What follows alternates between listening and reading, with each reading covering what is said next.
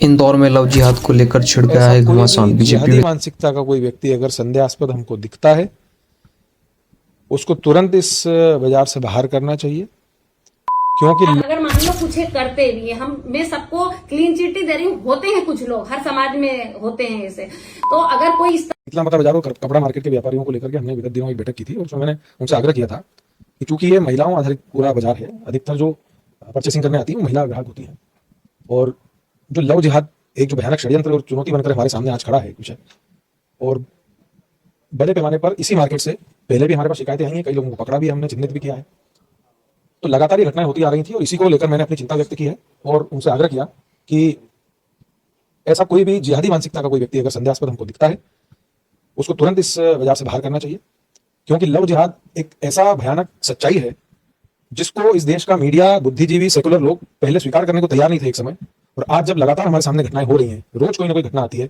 Social media पर, समाचार पत्रों में लगातार हम देखते हैं। इंदौर में कई घटनाएं हो गई, मोहसिन खान एक राइफल अकेडमी संचालक, 150 से अधिक लड़कियों का उसने शोषण किया। कांग्रेस का पार्षद अनवर कादरी, उसने स्वीकार किया हाँ लव जिहाद की वो फंडिंग करता था। लखनऊ में छांगुर बाबा, जो पूरे देश में एक संगठित रूप से इसको चला रहा था रैकेट को, 500 करोड़ रुपए से ज्यादा की उसको फंडिंग होती थी। एक जिम ट्रेनर के कारण एक महिला के पति को सुसाइड अटेम्प्ट करना पड़ा। तो देश में, हमारे शहर में लगातार हम देख रहे हैं ये घटनाएं हो रही हैं, और लव जिहाद आपको ये मिथ नहीं बचा है, पहले इसको मिथ माना जाता था, ये आरोप लगते थे कि बीजेपी हिंदू मुस्लिम की राजनीति कर रही है, हिंदुवादी संगठन ये प्रोपेगेंडा फैला रहे हैं।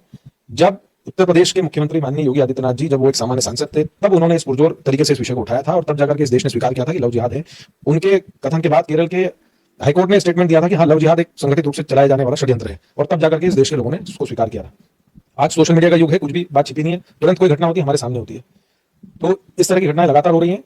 इसी बात की चिंता मैंने जाहिर की थी व्यापारियों से, उनसे आग्रह किया था कि ऐसे कोई भी तत्व हो उनको तुरंत बाजार से बाहर करना चाहिए। जो भी मुस्लिम लड़के शीतला माता बाजार में काम करते हैं, उन्हें अपने दुकानदारों से आपने रिक्वेस्ट करी है या उन्हें मजबूर किया, जो भी किया है कि उनसे कहा है कि आप इनको नौकरी से निकाल दो। तो एकलव्य, मैं तुमसे ये कहना चाहती हूँ कि तुम मेरे बेटे की उम्र के हो और तुम्हारी मम्मी के साथ मैंने तकरीबन 5 साल काम किया है जब वो महापौर थी। तो तुम्हारी मम्मी ने कभी इस तरह की राजनीति नहीं करी, उन्होंने कभी भी जितना फंड उन्होंने बीजेपी वाले पार्षदों को दिया, जितना हिंदू भाइयों को दिया, उतना ही फंड उन्होंने हमें भी दिया। तो ये कौन से रास्ते पे जा रहे हो आप? ये अभी तो आपकी शुरुआत है और आपकी तो सीट जो है ये 4 नंबर परंपरागत सीट है और इससे आप लगातार जीतते हो। आप देने वाले बनो ना, छीनने वाले मत बनो। किसी को रोजगार देना बहुत बड़ी बात है, हमारे इस्लाम में कहते हैं किसी को भीख देने से अच्छा उसको रोजगार से लगा दो, तो जिंदगी भर वो उसके बच्चे दुआ देते हैं। शीतला माता बाजार में कौन से बच्चे काम करते हैं जो सुबह 9 बजे से बेचारे उठ के जाते हैं, रात को 10 बजे तक के वहां पे काम करते हैं, दिन भर थक के घर में आते हैं, उनको तनख्वाह कितनी मिलती है? 10 या 15,000 रुपए में कौन सा लव जिहाद कर लेंगे वो? और दूसरी बात, अगर मान लो कुछ करते भी हम, मैं सबको क्लीन चिट दे रही हूँ, होते हैं कुछ लोग हर समाज में होते हैं ऐसे, तो अगर कोई इस तरह का करता है तो ये व्हाट्सएप पे आपके तो नंबर दे देते हैं, तो व्हाट्सएप पे ब्लॉक करने का ऑप्शन भी तो आता है, उसको ब्लॉक कर सकती है लड़कियां। दूसरी बात यह है कि